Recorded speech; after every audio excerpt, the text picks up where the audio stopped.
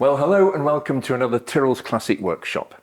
And this time round, I'm with Ged and Dan Gollings, father and son at GDK Veneering, who do all sorts of interesting things with classic car and new car woodwork. Dan is going to show me round. So let's go. Hello, Dan. Hello, how are you? Very well, thank you. How are you? Great. Thank you for having us over. Right, let's have a look at what you do. Okay, so we'll head over to the veneer stripping bench. Okie doke. So jobs come in with all of the old veneer on, usually cracked and things like that from the sun. So here we've got a Jaguar XK140 pieces of. So you've got the dash pieces along with the glove box. Now at this stage, we'd make any necessary repairs or alterations with this specific client. He's wanting it converted to left. Yeah. So we've got to recut it all out of, that is plywood. Right. The rest of the car, the top roll, things like that, being made out of either mahogany or sapele. So this one was cracked in the middle, in postage I believe. Oh, and charming. After all those years. Oh yeah. Yeah. 60 years of being in the car. That's the on one. the way to you. Yeah. But that isn't a problem. So we've spliced some bits of mahogany back in, bit of glue, some splints on the back just to reinforce it. Oh, I see. Yes. Okay. So- Sapele, did you say? Yeah, so that's an alternative to the mahogany I've type never heard things. of that. Yeah, it is near on identical to the mahogany. Aston Martins are quite keen on it. Really? Really, yeah. But these pieces all have to be sanded back down to the raw wood like we've got here, and then it's onto the veneering stage after any repairs have been made. Right. Okay. So this was a left-hand drive XK, is that right? That's the one. Because the glove box is obviously on the passenger side. That's right. And it's come in to be converted to right-hand drive. Yes, it has, yeah. Right. So what do you do? You obviously cut the aperture out of there, I'm guessing, for the glove box lid, do you? So what we're going to do, because the actual ply on this does start to delaminate over time, like it does there, it's going to be best to remake it out of a fresh piece of ply. Oh, okay. So we will use them as a stencil, going that way on, and then cutting them out that way. So these are going to be brand new then, basically? These pieces will be brand new. We will use these pieces as donor parts for any other cars that need it. But other than that, all the other pieces are still going to be kept original. Right. And this is, I'm right in thinking this is burr walnut, is it? That is. So back in the day, they used to use a more open grain burr walnut. As you can see here, you've got some more sapwood rather than the tight burrs. Right. So we have got some of that veneer in stock. Quite close. It might take a bit of staining because they are wanting it this colour that it has gone to over the years. So it's going to have to be stained to match what we've already got. Right, okay. Because burr walnut, it's made by introducing other saplings into the tree or something? Is that it? It can be. The way that they're doing it nowadays, because of the quick growing, they can splice trunks into trunks and things like that to create the burrs. But they do occur naturally, hence why with the older cars it does tend to be a bit more open grain. Right, so you can almost tell the age of a wooden veneer by the appearance of it. Yeah, definitely. So with the new ones, you're going to get tighter burrs because they're quick grown, and the actual sapwood in things like that, you're not going to get that same effect of that quality with the newer veneers. So they're sort of cultured, aren't they, by the sense? They are, especially with some of the trees being as endangered as they are. They plant one as soon as they cut them down, and then they have to turn it over. Oh, interesting. So you can, that's amazing. You can, it's almost like carbon dating, isn't it? It is quite close, especially with lacquers and things like this. You can see with this lacquer, I can already tell you that this isn't original. So the actual lacquer that's already on this, someone's restored it already, because usually they would have used a polyurethane based lacquer with these. So it is thin anyway, but this looks a bit too thin. You can see the cracks coming in already compared to here. That looks like a bit of Danish oil's just been wiped on. So it's a bit of home DIY that you have to correct first. Right. I mean, a lot of interesting restorations were done in the 1980s. Definitely. And I suspect that was probably one of them, actually. It may well have been, because Yeah. the veneering trade, it isn't that well known. People think you can treat the veneer and the woods the same as you would restoring a chair. Yes. But slightly different processes in order to get a better end result. Okay, so it starts here. This is sort of a before and after, isn't it, of this process? It is, yeah. Okay, so right, that's brilliant. Let's move on to the next bit then. Okay, so the next stage to that is the veneer cutting. So what we'll do is we will take a piece of this, and then I'll show you how we cut the veneer. Fantastic.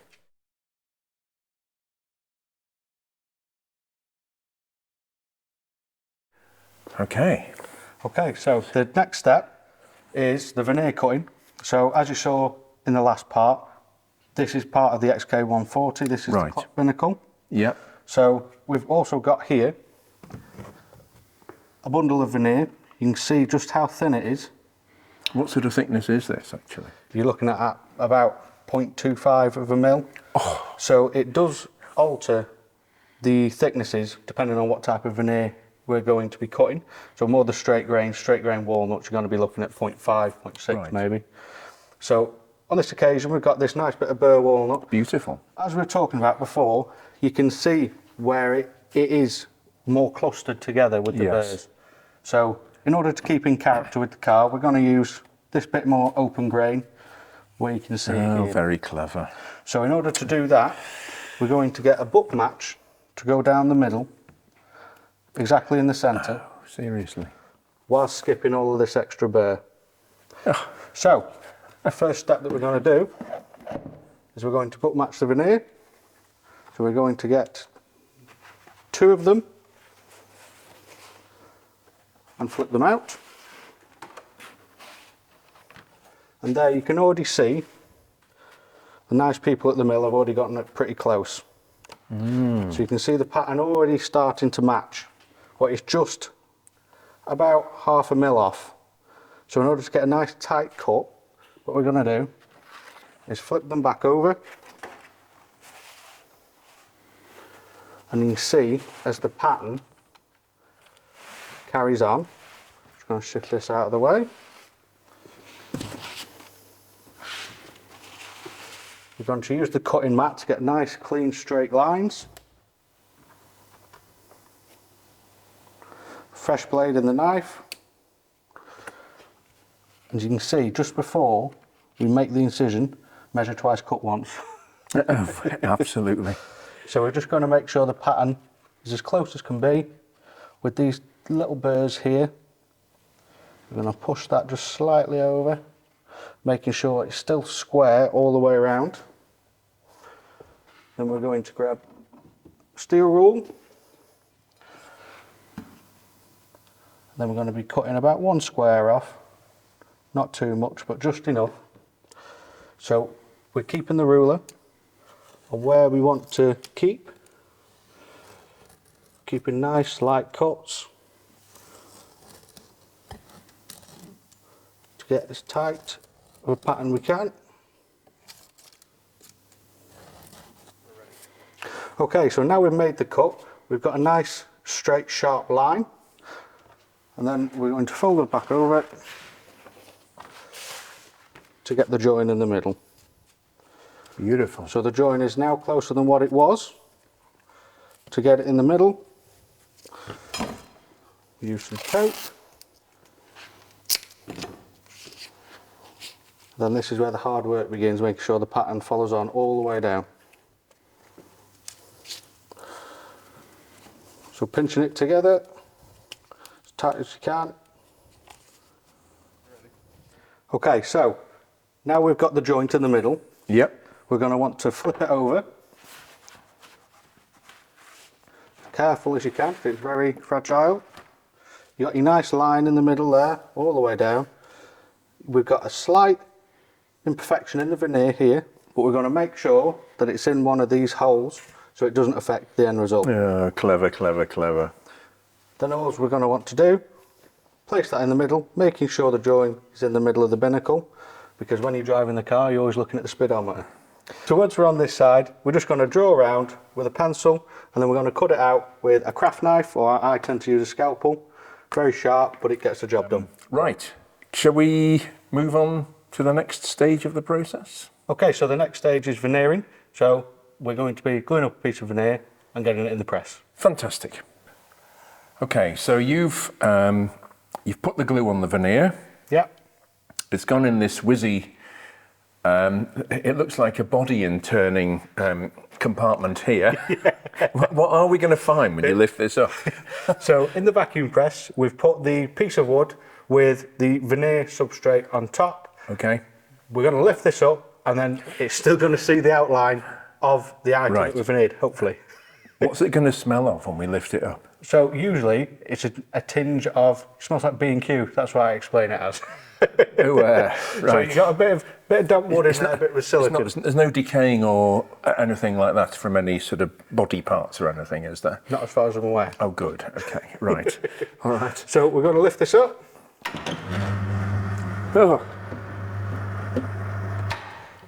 And you can see the outline of the centre console is still there. Wow. And this is warm, very warm. Yeah, it is heated in order to be able to form the veneer around the sides as well. So that's vacuumed down then? Yeah, that's vacuum sealed.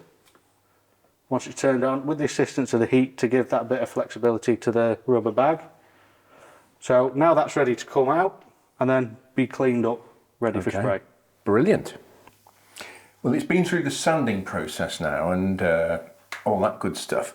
And now we're in the spray booth, and you've got your lovely collection of sprayees, if I can use that expression. Yeah. Things what have been sprayed. Is this polyester resin that's used? Or? Yeah, so we use a polyester-based lacquer. We tend to find it gives the best results, especially with the thickness of it and the veneer being open grain. And that likes to fill it nice and flat in order for us to be able to sand and polish afterwards. Right. And how does the strength of this compare to the likes of, I mean, we're going to have a look at some bits off the Bentley S2 that we're doing in the workshop. Yeah. How does the strength and durability compare to what was done 60 years ago, for example? I mean, obviously things have changed a lot since then. Products have gotten better, but things have also been taken out for green reasons and things like that. Yeah. The stuff we tend to use now is a lot more UV resistant, and it's also not crack resistant, but if you nicked it, it wouldn't take off a whole chunk of lacquer. It'd just leave a little dent, especially round where seat belts and things like that tend to hit the door pins. Famously, Rolls-Royce Silver Shadows and Spirits with their, and Bentley Turbos and things with their very heavily sprung inertia wheel belts, you take it off and it goes straight into the door capping, the garnish rail on the top. You end up with a series of divots at the back of the door. That's correct, yeah. So this tends to try and protect that a bit more. Right, great. Can you give us a couple of examples of what you've been up to? So what we veneered earlier was an MG centre console. Yeah. Gear shifts around, so we've got one already sprayed here. Look at that. Look at that. So this is straight off the gun at the minute. Still got to be flatted and everything like that.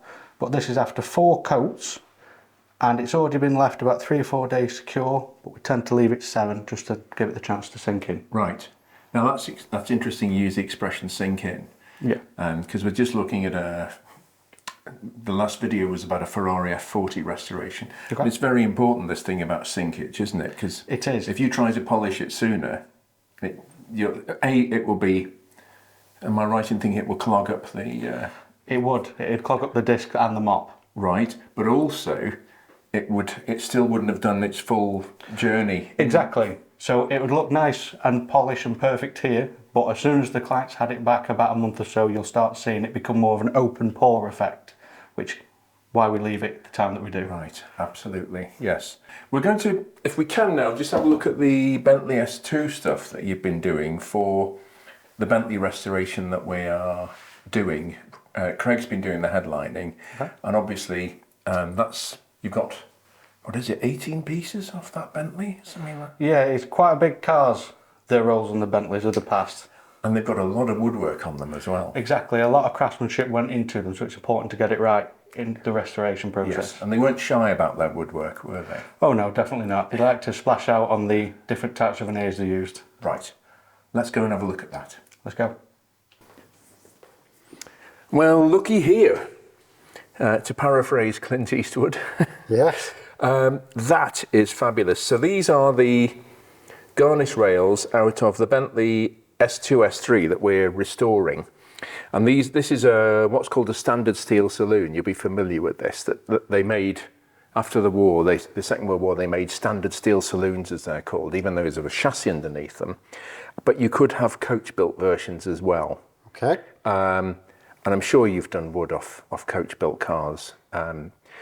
All the time we've done custom jobs. I weren't aware of that fact that you just said though. Yeah, well, I mean, you just see the pieces of wood coming in and go. That's right. But this, yeah, I mean, we've restored coach-built cars as well, but in this case, we're doing this lovely standard steel saloon, which has been in the family for a very long time. But one of the things, so this is the driver's door. Obviously, you've got the quarter light there, and this is the passenger's door with the grab handle holes here. But the interesting thing is, Rolls-Royce claimed, rightly, because they didn't make claims that weren't right, that they mirrored the veneers. So this is obviously joined here, as Dan was showing us earlier, when the two people. But this is actually a mirror image of each other across the car. That's correct. So in the car, when we do the veneers, just as they did it back in the olden days, we would cut the veneers with a scalpel. We would join, like you saw earlier on, when the veneers were connected together. We would do that. Two reasons really. It's so where the join is, we would get the most pattern from the veneer. Right. So if we were to join it and flip it from one side to the next, it looks a lot nicer, a lot more. It flows, if you ask me. The veneer kind of flows. And if we were just to do it in one piece, yes, it would still look beautiful, but it wouldn't be correct. But I find it's so interesting that they went to the trouble of, I mean, that is actually millimetre perfect. That if I line those up as best I can, that is almost exactly in line there across the car from one side to the other. That's correct. And that's how we would do it from the middle of the dashboard. Whatever's on the left will be on the right, and whatever is at the front will follow on through the door cappings and the sticks that would go even down to the companion mirrors in the back. Wonderful. So all the veneers would match left to right. Isn't that fantastic?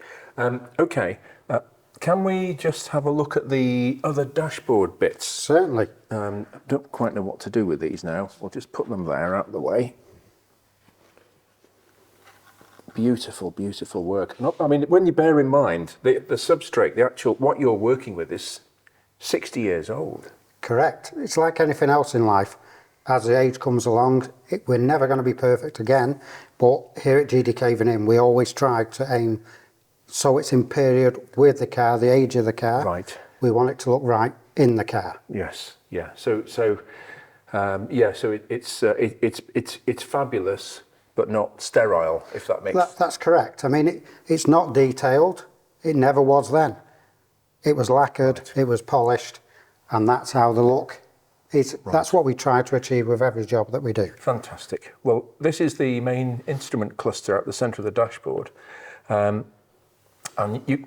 you were saying that this is made out of Bakelite. That's correct. These pieces, the top roll that we'll show you in a second, the top roll and this binnacle that's here, they're made from out of Bakelite, which is very, very brittle. Did have a slight pattern on it that looks similar to burr walnut veneer, as you can see from the back. Oh yes. Yeah. It's got a slight pattern. If that was all cleaned up, I mean, this is never going to be seen, but and then what we would do is they would put the veneer on top of that. Right, and it actually tumbles home, if you like, over the edge here, doesn't it? That's right, because like when we do things like that now, we have to make a jig to elevate the actual item to go into the press that you've seen earlier. Right. To be able to bend the veneer around these curves, which is quite difficult because veneer doesn't necessarily like to bend. Of course it doesn't now. So to get something like that looking beautiful again, it is a work of art. It's amazing it doesn't splinter either going round. That's right. Well, how we cut it, we'd place this on top like you saw earlier on with Daniel. We would nick the veneer to give it chance Oh, to I actually see. bend. We wouldn't just leave it to do it on its own.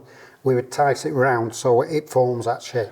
This is all, I mean, presumably Rolls-Royce did, and Bentley did the same They thing. did exactly the same, a lot bigger scale. They had the machines all made just to do that job. Right, yeah. Whereas we don't. We have to make things By hand. aftermarket to be able to do it. Right, and you've actually, there was a crack in this, wasn't there, which you've It repaired? was. It was actually broken in pieces.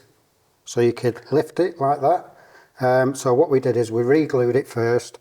We took it on the back, and then this joint had already been done, but we removed that, re-glued it, stuck it back on, and it's now solid as a rock. Fantastic, there we are. That's what Ged's talking about. And you can just see a tiny, tiny, tiny bit there, but it's so beautifully camouflaged by the lacquer. You literally, it looks just like part of the figuring of the wood. I mean, what you had to work with, that's Exactly. amazing. I mean, we see a lot of woodwork that comes into us looks like driftwood, and actually this particular set, when it came in, it was getting along them lines. But obviously we work doing this type of work every day. Okay, and this is the top roll, Yeah. which again is, I mean, that's a huge bit of material. And this again is Bakelite, isn't it? That's right. I mean, this particular piece is made out of Bakelite, but you can see the pattern there again. Yes. This is actually ready to be sanded, and then it will go through the polishing process to remove any ripples or anything like that. Yeah, because we have to let it cure. Right, because you do apply, by virtue of the job, you have to apply a lot of lacquer to it, don't you? A lot of lacquer, because then when we do the sanding process, we would probably take off 1-2 coats of that lacquer, being able to get it exactly flat. Okay, all right. Now, I'd just like to have a look at some of your other projects as well. Okay. And these are the people we can't mention, aren't they? Well, yeah, there's certain people in certain places where we do a lot of work for, and we're not allowed to actually say, but if you use your imagination, it's a lot of luxury car firms and some famous people as well. Very, very luxury car firms. Can we Very. say that? You can say what you want, but yes, you can say that. Right. Well, can we have a look over here at some of this stuff? Yeah, you can. Okay. Now, we have to be very careful here because I've been briefed, have I not? You have. That we can't actually, frustratingly, we really can't even almost mention that or show it. So we'll do a quick scan of that. But let's just say it's not all restoration what you're doing here, is it? It's No. new projects as well. There's new projects. It's not just classic cars. We've done a board game box, and we used some different veneer on that. That's unfortunately gone back now because that was in and out and done. The customer's very happy. It's now gone to where it was going. A lot of the other projects, it can be anything from little tables, boxes.